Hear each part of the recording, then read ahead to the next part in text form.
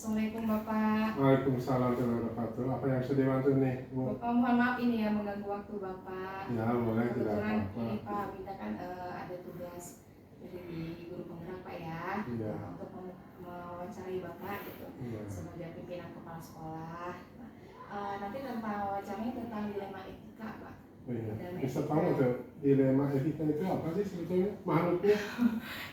Baik, dilema etika itu situasi sulit Pak ya, yang dimana Bapak itu atau sebagai kepala pimpinan harus menentukan suatu pilihan.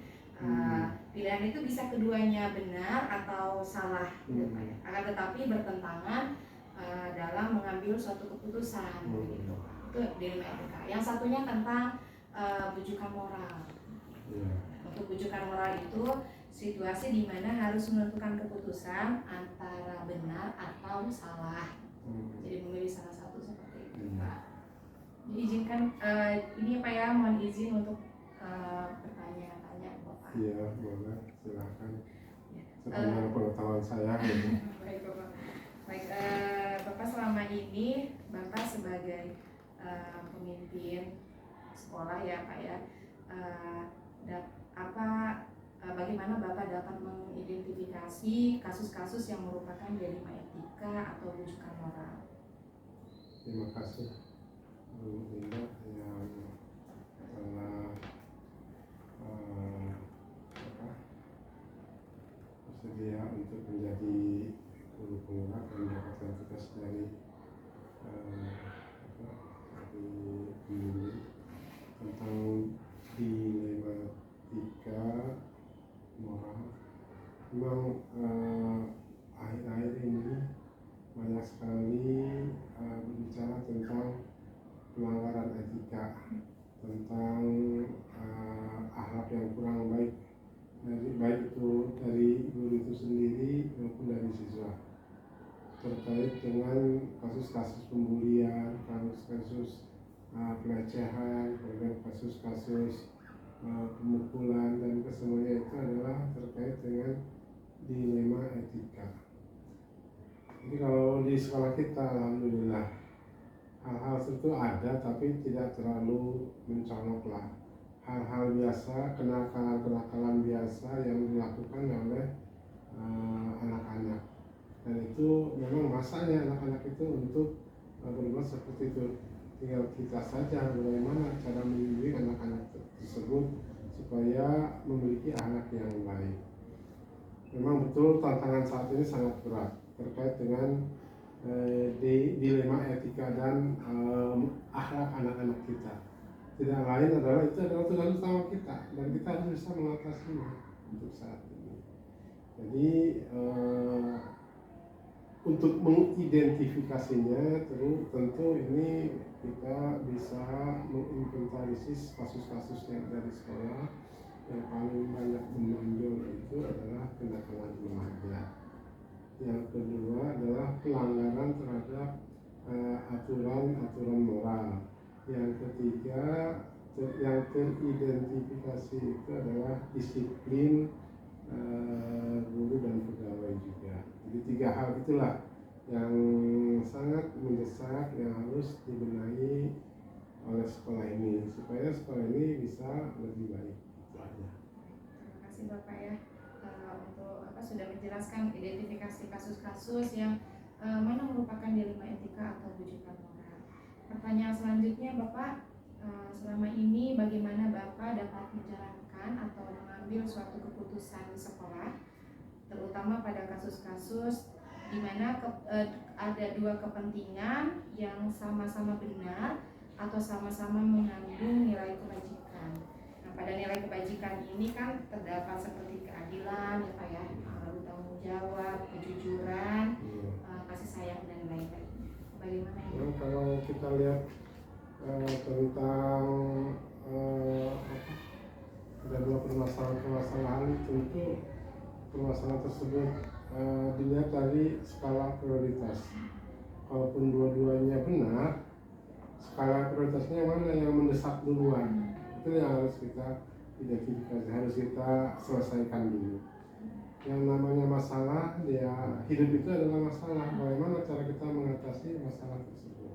Itu masalah-masalah yang prioritas lah yang harus kita utamakan. Sedangkan masalah-masalah berikutnya bisa diselesaikan kemudian.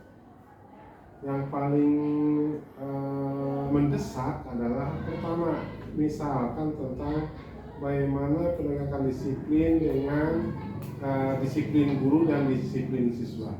Dua-duanya benar. Nah, berarti yang harus didahulukan adalah disiplin gurunya dulu.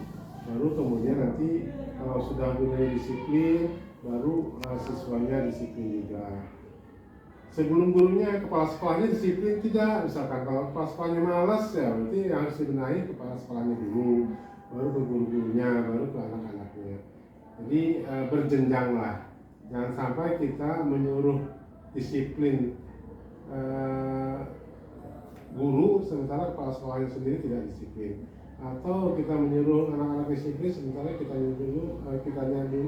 juga tidak disiplin. Ini kan dilema. Termasuk kasus-kasus yang lainnya terkait dengan akhlak anak-anak kita juga.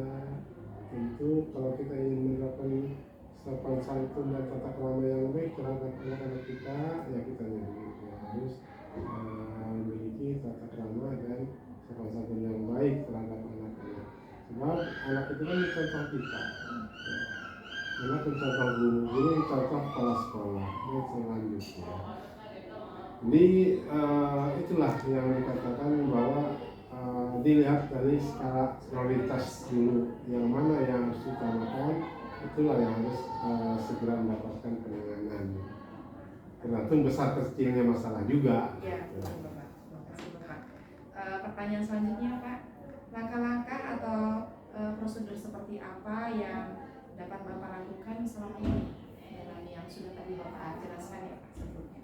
Tentu ini kan melalui pendekatan personal dan pendekatan klasikal. Pendekatan personal tentu kalau dalam mengatasi hal-hal yang terkait dengan dilema moral dan dilema etika tersebut kan sudah terjadwal oleh kita ya, ada pembinaan mingguan, ada pembinaan bulanan, per 3 bulan, per semester, sampai pada tahunan. Termasuk penanganan harian, tentu penanganan yang spontan dilaksanakan oleh siswa dan guru.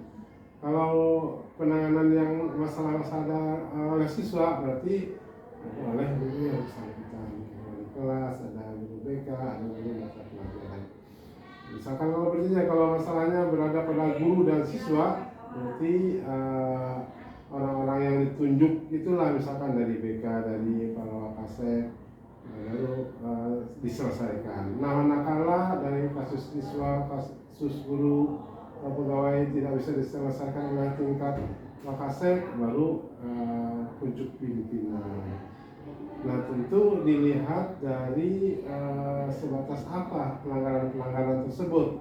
Kalau pelanggaran etikanya berat, misalkan menyangkut pelecehan, pembulian yang dilakukan oleh guru terhadap siswa, berarti itu harus langsung pada kepala sekolah. Kalau pembulian yang dilakukan oleh anak-anak, itu bisa oleh guru yang bersangkutan. Ya, ini juga dilakukan secara berjenjang, spontan, ya manakala ada kasus-kasus yang tiba-tiba muncul, misalnya tentang perkelahian anak atau pembulian di kelas anak, atau misal ada hal-hal lain terkait hubungan antara siswa dan guru, juga harus mendapat segera penanganan. Terima kasih Bapak. Untuk pertanyaan selanjutnya Pak, hal-hal apa saja yang selama ini Bapak anggap efektif dalam pengambilan keputusan pada kasus-kasus dilema etika? Yang paling efektif adalah pertama, kita harus memberikan teladan yang baik. Contoh ya Pak ya. Contoh, terutama kepala sekolah, kalau dia berbicara tentang harus datang lebih awal, ya datangnya harus lebih awal. Kalau dia misalkan berbicara tentang disiplin yang lainnya, dia dulu yang pertama kali harus melaksanakan. Termasuk hal-hal lain juga. Jadi contoh inilah yang lebih efektif. Itu yang pertama. Yang kedua tentu juga pendekatan personal. Jadi dicari akar masalahnya apa, kalau ada dilema moral terkait dengan guru, misalkan guru tidak masuk kelas itu kan, guru tidak masuk sekolah itu kan ada penyebabnya ya. Tidak semena-mena kita harus ditindak secara gamblang, tidak seperti itu, tapi harus dilihat latar belakangnya, ditanya dulu masalahnya apa, sering terlambat ya, pendekatan personal lah, pendekatan personal dengan dicari akar masalahnya apa, nah baru kita mengambil tindakan ya. Yang ketiga adalah melalui pembinaan klasikal yang sering kita lakukan juga bisa lebih efektif, misalkan dengan bahasa-bahasa yang ajak-ajakan untuk berbuat baik, kemudian nasihat-nasihat dari agama, misalkan kita juga sering memanggil penceramah dari luar, ini dalam rangka memotivasi teman-teman juga bekerja lebih baik. Tiga hal itulah yang bisa dilakukan oleh sekolah untuk mengatasi. Bapak, terima kasih ya Pak. Untuk pertanyaan selanjutnya Bapak, hal-hal apa saja yang selama ini merupakan tantangan dalam pengambilan keputusan pada kasus-kasus di lingkungan FK? Ini tentang tantangannya Pak. Hidup itu kan masalah ya, tantangan.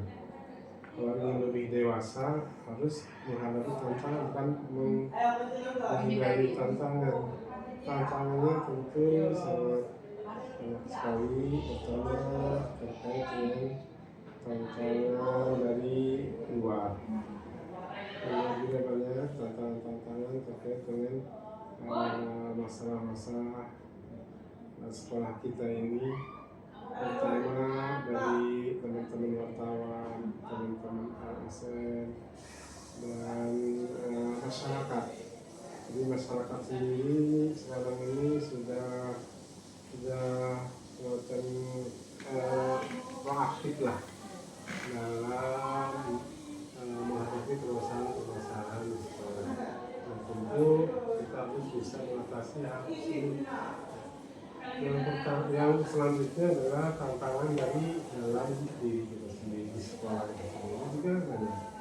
Pertama dari mentalitas guru-guru juga, tapi harus dibenahi juga. Kemudian dari kebiasaan pergaulan anak-anak kita di sekolah juga, ini juga adalah tantangan. Semuanya itu ya harus kita atasi, bagaimana merubah hal-hal tersebut menjadi lebih baik. Jadi dalam membuat rencana strategi sekolah, harus ada tantangan. Tantangan itulah pekerjaan kita yang harus kita lakukan. Bagaimana kita menghadapi masyarakat, bagaimana kita menghadapi lembaga masyarakat, wartawan, itu juga harus kita hadapi. Itu masuk ke dalam rencana strategi sekolah. Termasuk juga dengan teman kita sendiri, hubungan antar teman, antar teman dengan teman, antara guru dan kelas sekolah, antar kelas sekolah dan TU dan teman-teman guru juga itu merupakan bagian dari tantangan. Bagaimana kita menciptakan suasana sekolah ini yang harmonis, dan kita ingin ya seperti itu ya, harmonislah hubungan antar guru. Selanjutnya juga tantangan dari siswanya juga, kita itu semenjak adanya sistem zonasi penerimaan siswa baru kan banyak sekali anak-anak kita yang bermasalah, yang berkebutuhan khusus. Ada yang bisa baca, ada yang kelakuannya luar biasa. Namanya anak-anak berkebutuhan khusus ini, kalau kita lihat dari persentasenya hampir 10%. Itu adalah tantangan yang terberat bagi guru-guru dan bagi sekolah. Bagaimana anak-anak ini yang tadinya tidak bisa baca bisa membaca, yang tidak bisa menghitung bisa menghitung, yang tadinya tidak bisa mengaji bisa mengaji, yang tadinya tidak tahu sholat bisa melaksanakan sholat. Dan ini adalah tantangan terberat untuk guru-guru SMP 1 Cilacap. Biasanya kita kan menerima anak itu yang namanya lanjutan itu ya, pasti tidak ada yang tidak bisa baca semuanya. Tapi sekarang tidak begitu. Sistem donasi ini. Ini adalah tantangan yang terberat di sekolah kita ini. Bagaimana kita akan melaju ke tingkat yang lebih tinggi sementara posisinya anak-anak kita masih nol. Memang itu merupakan tantangan ya Pak ya dalam mengambil keputusan Bapak tentunya ya dalam kasus-kasus ini. Baik, terima kasih Pak. Untuk pertanyaan selanjutnya Bapak, apakah Bapak memiliki sebuah tata krama atau jadwal tertentu dalam sebuah penyelesaian kasus D5 etika, dan apakah Bapak langsung menyelesaikannya di tempat atau memiliki sebuah jadwal untuk menyelesaikannya? Bentuk atau prosedur seperti apa yang Bapak jalankan dalam menyelesaikan itu Pak ya, penyelesaian kasus-kasus D5 etika itu? Kalau yang sudah terjadwal itu rutin dilakukan setiap seminggu sekali melalui briefing, sebulan sekali melalui rapat pembinaan. Semuanya itu kan untuk nasihat-nasihat, untuk mengatasi permasalahan-permasalahan kita, untuk evaluasi. Evaluasi itu adalah baik secara fisik maupun non fisik. Semuanya itu adalah kegiatan-kegiatan dalam rangka mengatasi dilema etika tadi. Ya, ada yang mingguan, ada yang tentu yang spontan terjadi pada saat itu setiap hari juga ya harus diselesaikan ada. Jadi setiap hari disediakan ruang waktu untuk menyelesaikan masalah-masalah dilema etika ini atau dilema moral. Jadi setiap hari tanpa terjadwal. Nanti kalau yang terjadwal ada, yang tidak terjadwal juga ada. Kalau misalkan kasus tersebut terjadi spontan, masa harus menunggu nanti minggu depan ya tidak. Tentu pada saat itu juga harus diselesaikan. Secepat mungkin ya Pak ya. Jadi ada yang terjadwal, ada yang tidak terjadwal sesuai dengan besar kecilnya permasalahan-permasalahan yang ada di sekolah. Terima kasih Pak, sangat jelas sekali ya ini Pak ya, memang sudah dilakukan Pak ya secara jadwal rutin 1 minggu sekali ya Pak dalam proses briefing dan juga rapat bulanan. Pertanyaan selanjutnya Pak, adakah seseorang atau faktor-faktor apa yang selama ini mempermudah atau membantu Bapak dalam pengambilan keputusan dalam kasus-kasus D5 etika? Memang semuanya terlibat nih, karena kita kan dalam satu organisasi. Kalau masalah kasusnya siswa, berarti yang terlibat dalam mengatasi masalahnya adalah guru-guru yang ada di sekolah, guru BK, wali kelas. Seperti kasus tadi saja ada pemulihan, itu kan harus segera diselesaikan pada saat itu juga. Ini adalah kalau masalahnya kasusnya misalkan antara siswa dan guru, nah itu nanti diselesaikan oleh guru BK, oleh Wakasek. Kalau guru dengan guru, ya otomatis oleh saya langsung. Jadi semuanya terlibat dalam mengatasi masalah-masalah yang ada di sekolah. Sebab guru dan staf itu kan kepanjangan tangan dari kepala sekolah. Kalau bisa mah oleh kepala sekolah langsung kalau ada masalah-masalah itu. Tapi kan terlalu banyak mengatasi kliennya, jadi tidak mungkin lah oleh saya. Oleh karena itu dilakukan secara berjenjang, dan ini adalah kepanjangan tangan dari kepala sekolah, wali kelas, guru-guru, BK, kasih kepanjangan tangan dari kepala sekolah. Kalau masalah-masalahnya berat yang tidak bisa diselesaikan oleh guru, oleh Wakasek, ya tentu saya harus berhadapan langsung. Kalau saya tidak bisa, ya saya yakin semua masalah bisa diatasi, sama ada solusinya. Jadi semuanya terlibat dalam menangani masalah-masalah yang ada di sekolah. Jadi adanya tim ya Pak ya? Ada tim. Pertanyaan terakhir Bapak, dari semua hal yang telah Bapak sampaikan, pembelajaran apa yang dapat Bapak petik dari pengalaman Bapak dalam mengambil suatu keputusan dilema etika? Kebersamaan dan kompak. Sebab satu organisasi itu adalah teamwork yang bagus itu ya masing-masing mengambil peran, tahu tugas dan fungsinya. Saya sebagai kepala sekolah ya saya harus tahu tanggung jawab saya itu seperti apa. Termasuk juga teman-teman guru, teman-teman TU juga harus mempunyai peran dan fungsinya. Baik Bapak, terima kasih banyak atas waktunya Bapak. Mohon maaf untuk sudah mengganggu waktu istirahat Bapak. Sekali lagi saya ucapkan terima kasih banyak Bapak. Ya, sama-sama, saya juga terima kasih Bu Indah, penuh semangat Ya, untuk menjadi yang terbaik di sekolah kita ini. Selamat berjuang untuk menjadi guru penggerak dan lancar. Amin. Terima kasih atas kerja dan semangatnya. Terima kasih. Ya. Assalamualaikum. Assalamualaikum Bapak. Waalaikumsalam Ibu Winda. Bapak mohon maaf mengganggu waktunya. Oh iya boleh, nggak apa-apa, silakan. Sebelumnya saya mohon izin Bapak, sehubungan adanya salah satu tugas saya sebagai calon guru penggerak Angkatan 11, di mana dalam tugas ini saya diminta untuk mewawancarai Bapak sebagai seorang pemimpin, yaitu Kepala Sekolah di SMP Negeri 3 Cinangka. Di mana pertanyaan-pertanyaan ini seputar tugas Bapak sebagai kepala sekolah dalam menerapkan kebijakan dan pengambilan keputusan atas dilema etika yang telah Bapak lakukan. Oh iya, terima kasih Ibu Winda sudah mempercayai saya sebagai kepala sekolah di SMP 3 Cinangka untuk diwawancarai. Insya Allah pertanyaan-pertanyaan dari Bu Winda nanti saya jawab yang sesuai dengan kenyataan yang pernah saya alami. Baik Bapak, terima kasih banyak. Untuk pertanyaan pertama, adakah selama ini Bapak pernah mengalami kondisi dilema etika dalam menentukan tindakan atau mengambil suatu keputusan? Baik Bu Winda, akan saya jawab mengenai dilema etika itu dalam menentukan tindakan ya. Bagaimana kepala sekolah itu merasa dilematis terhadap tindakan yang akan diambil.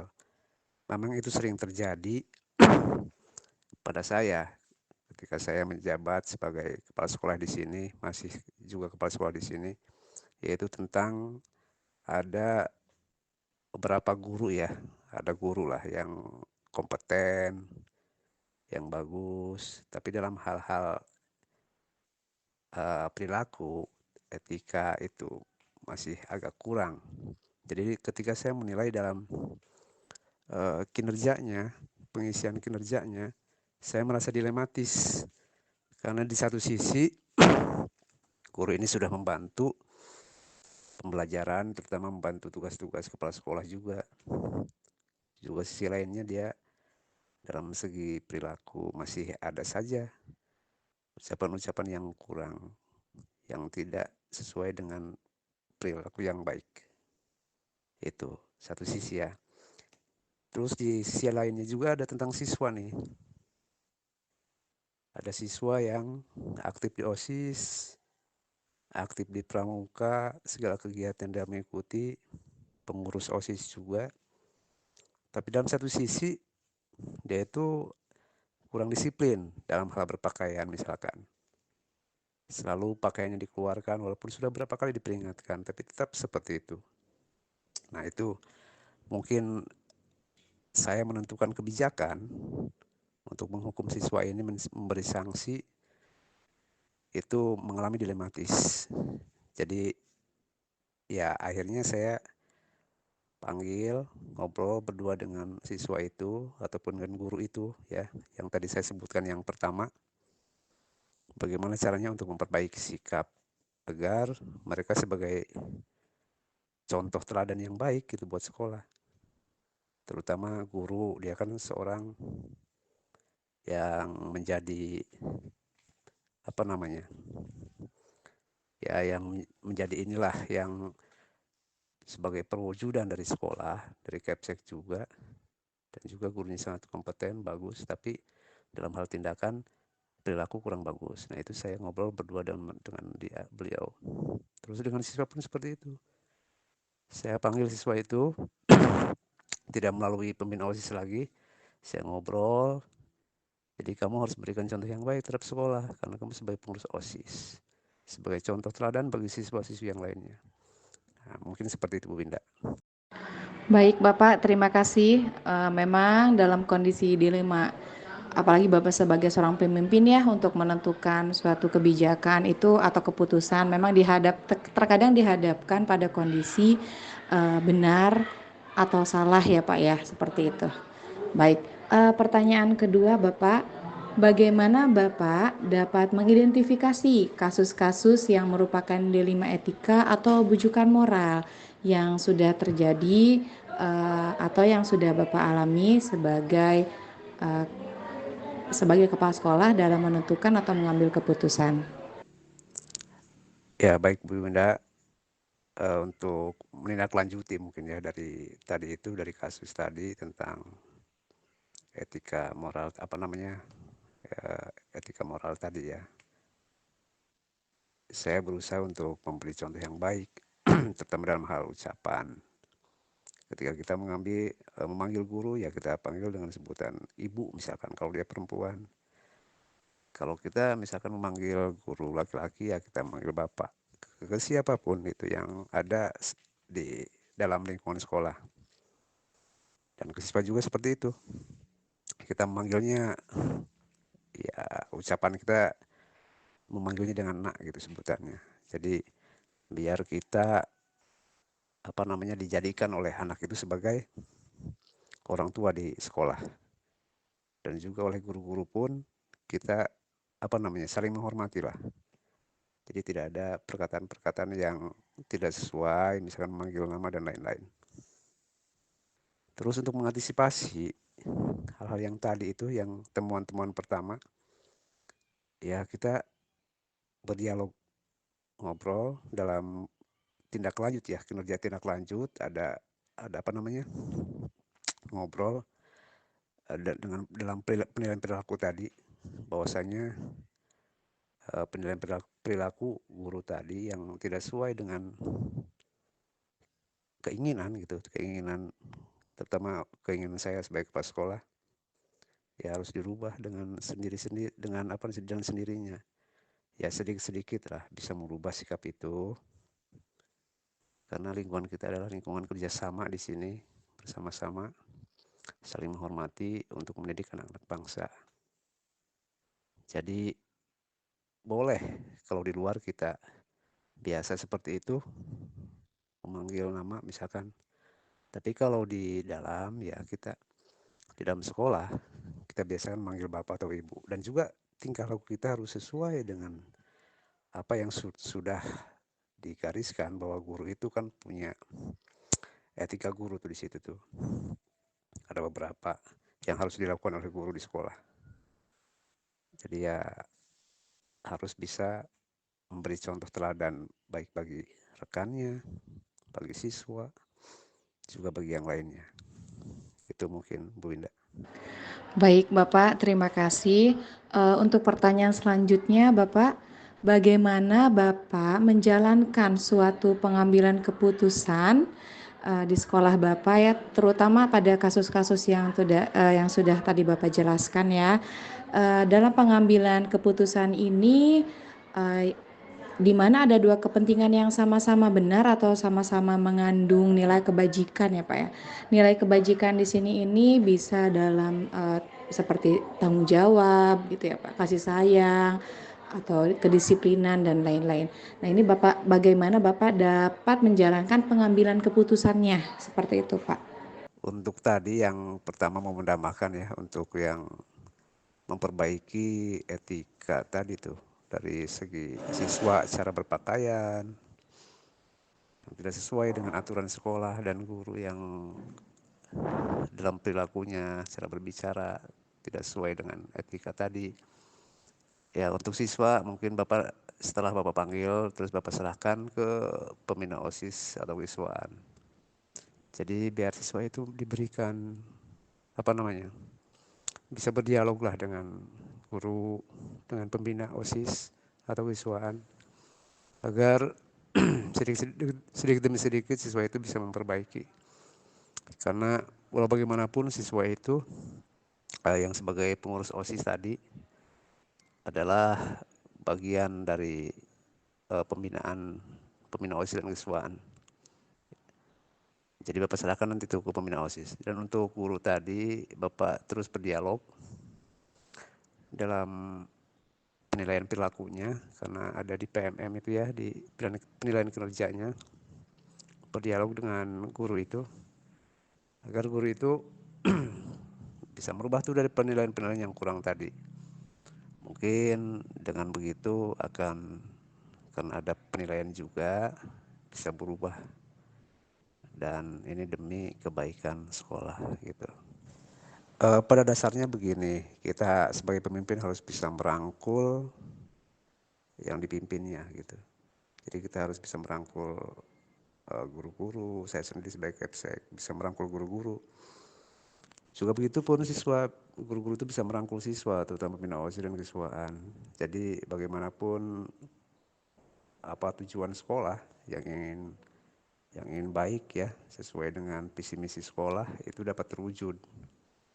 Jadi saya tidak ingin ada konflik di masa di lembaga saya ya, di kepemimpinan saya. Karena bagaimanapun saya sendiri sebagai pemimpin harus bisa menjadikan organisasi itu ya, lembaga yang saya pimpin ini adalah lembaga yang kondusif gitu, yang nyaman buat semuanya, ya buat guru-guru. Jadi secara dengan secara tugas Kepsek itu kan sebagai manajerial, supervisi, juga sebagai kita sosial juga gitu tuh. Jadi di situ diterapkan benar-benar, karena kita sebagai kepala sekolah dari supervisi, penilaian terhadap guru-guru, manajerialnya, pengelolaan sekolah, juga kita sosialnya terhadap masyarakat, komite, serta guru-guru dan siswa gitu, harus diterapkan gitu. Jadi benar-benar kompleksitas tugas kepala sekolah itu di situ.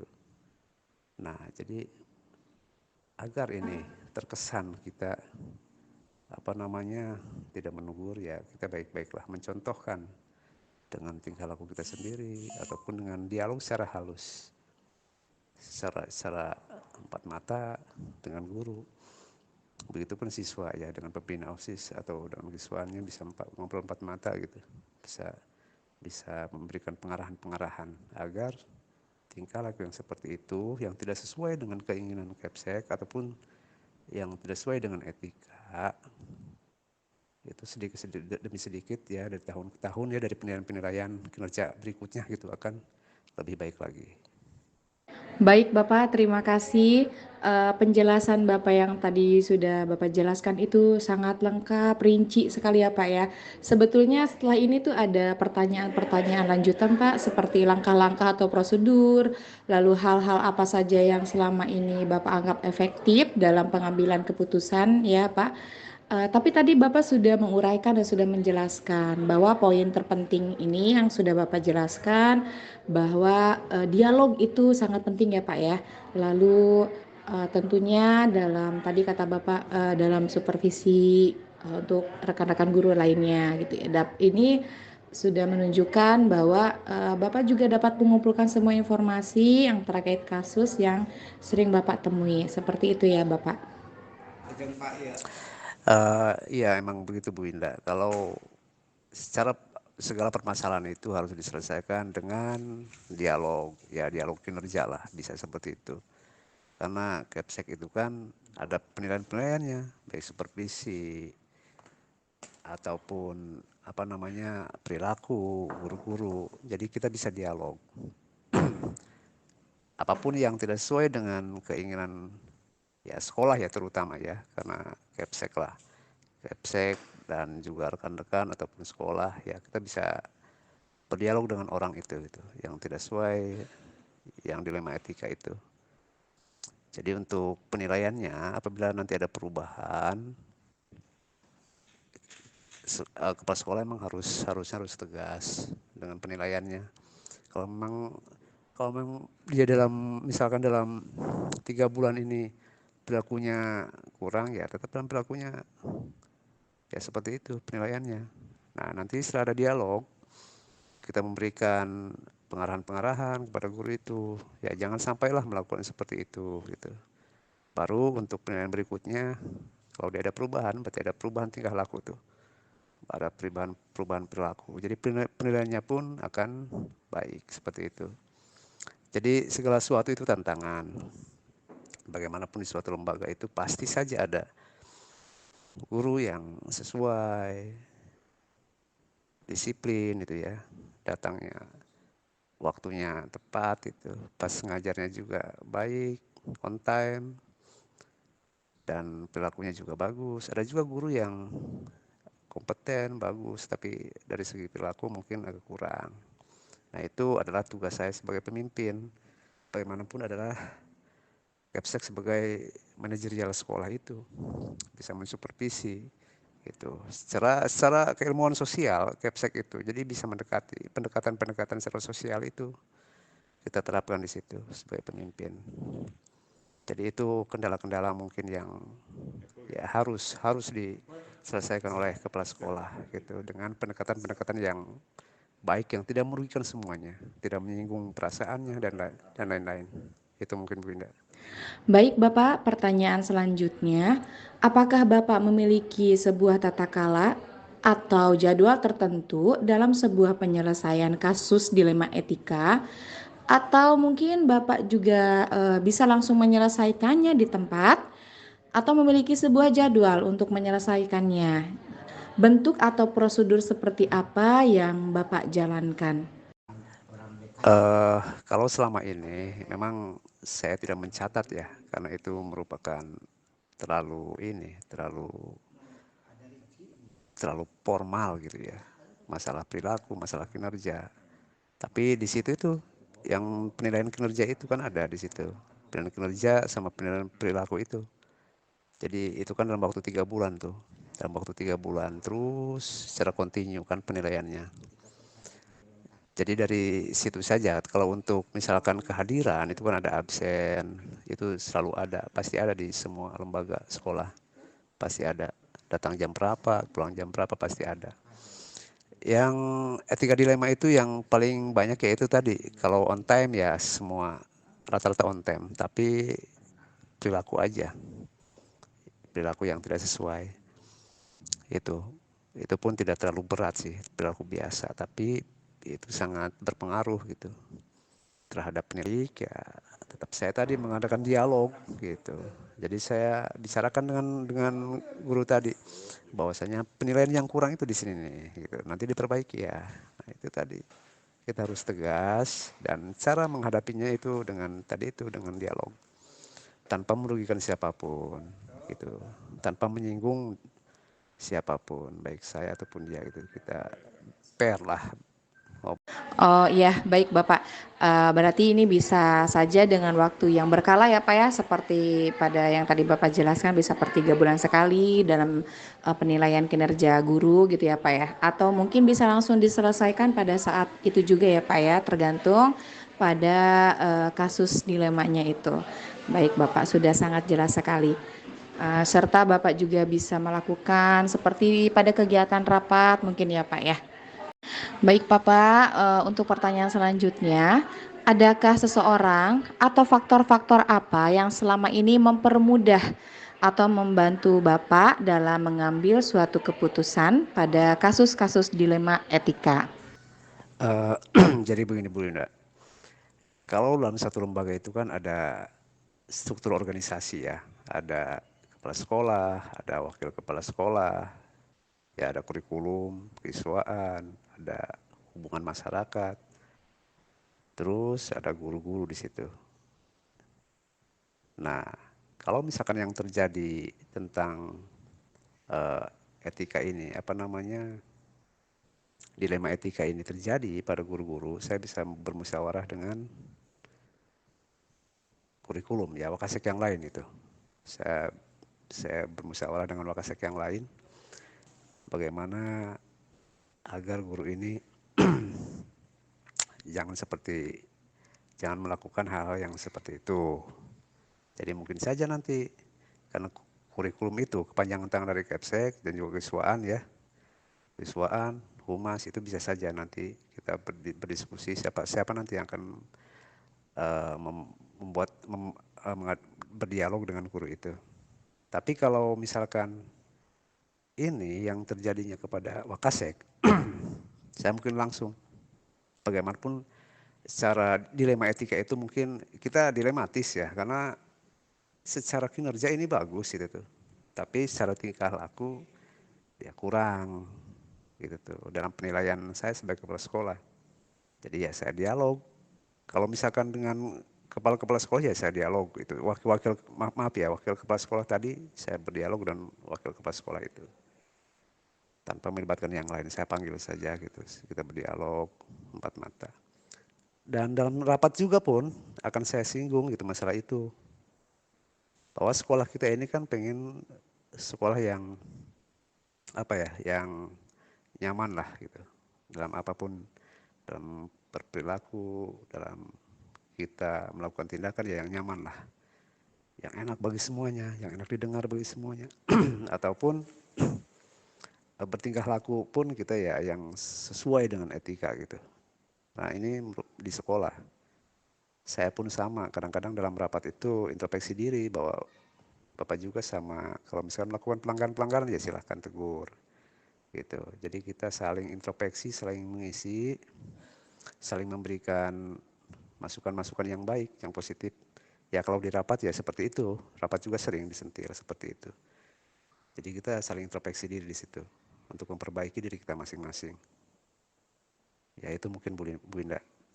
Oh iya, baik Bapak. Berarti bisa diambil kesimpulan, berarti ini dukungannya dari tim sekolah ya Pak ya, seperti yang tadi Bapak jelaskan, yaitu dari tim kurikulum, kesiswaan, dan lain-lainnya. Untuk pertanyaan terakhir Pak, dari semua hal yang telah Bapak sampaikan, pembelajaran apa yang dapat Bapak petik dari pengalaman Bapak dalam mengambil sebuah keputusan dilema etika?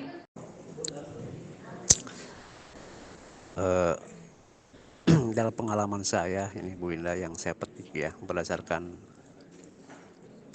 pengalaman gitu, berdasarkan pengalaman yang saya alami selama ini, bahwasanya dilema etika ini yang sering terjadi dan kita sebagai pemimpin tuh harus tegas bahwa bagaimanapun peraturan-peraturan yang dibuat oleh sekolah ya, baik itu peraturan siswa ataupun peraturan guru, itu harus dilaksanakan tanpa memandang siapapun itu, baik mereka yang punya kinerja bagus, kompeten, ataupun siswa yang aktif dan siswa tidak aktif, ya tetap saja kita harus memberikan prestasi itu lewat penilaian. Jadi tanpa memandang guru itu kompeten atau tidaknya ya, atau berpengaruh apa tidaknya, tapi tetap saja itu peraturan itu harus, penilaiannya harus untuk semua gitu. Nah, tetapi kita cara menyelesaikannya itu jangan sampai nanti membuat orang ini setelah kita mungkin tegur tanpa dialog lagi, nanti mereka bakal apatis ya, masa bodoh terhadap tugas-tugas dia yang sangat berpengaruh tadi. Maka dari itu yang sangat kita butuhkan tadi ya, kinerjanya, kebersamaannya. Jadi seorang pemimpin itu harus bisa berdialog, berdiskusi, dan bisa merangkul ya, agar untuk ke arah tujuan yang lebih baik lagi gitu. Baik Bapak, terima kasih.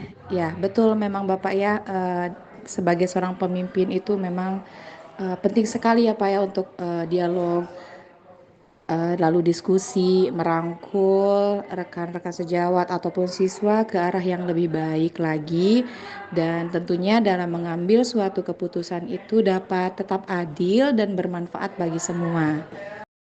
Baik Bapak, cukup itu pertanyaan dari saya. Terima kasih banyak Bapak sudah menyediakan waktu dan menjawab pertanyaan-pertanyaan saya. Semoga Bapak selalu diberi kesehatan dan kesuksesan dalam memimpin sekolah Bapak, yaitu SMP Negeri 3 Cinangka. Saya akhiri wawancara ini ya Pak. Assalamualaikum warahmatullahi wabarakatuh. Terima kasih juga Bu Winda sudah mau mewawancarai saya sebagai Kepala Sekolah SMP Negeri 3 Cinangka. Mudah-mudahan apa yang saya ungkapkan melalui pengalaman pribadi ya bisa dijadikan referensi laporan Bu Winda. Itu saja. Saya juga mohon apabila ada kekurangan kata-kata ataupun yang lainnya mohon dimaafkan. Terima kasih. Assalamualaikum warahmatullahi wabarakatuh.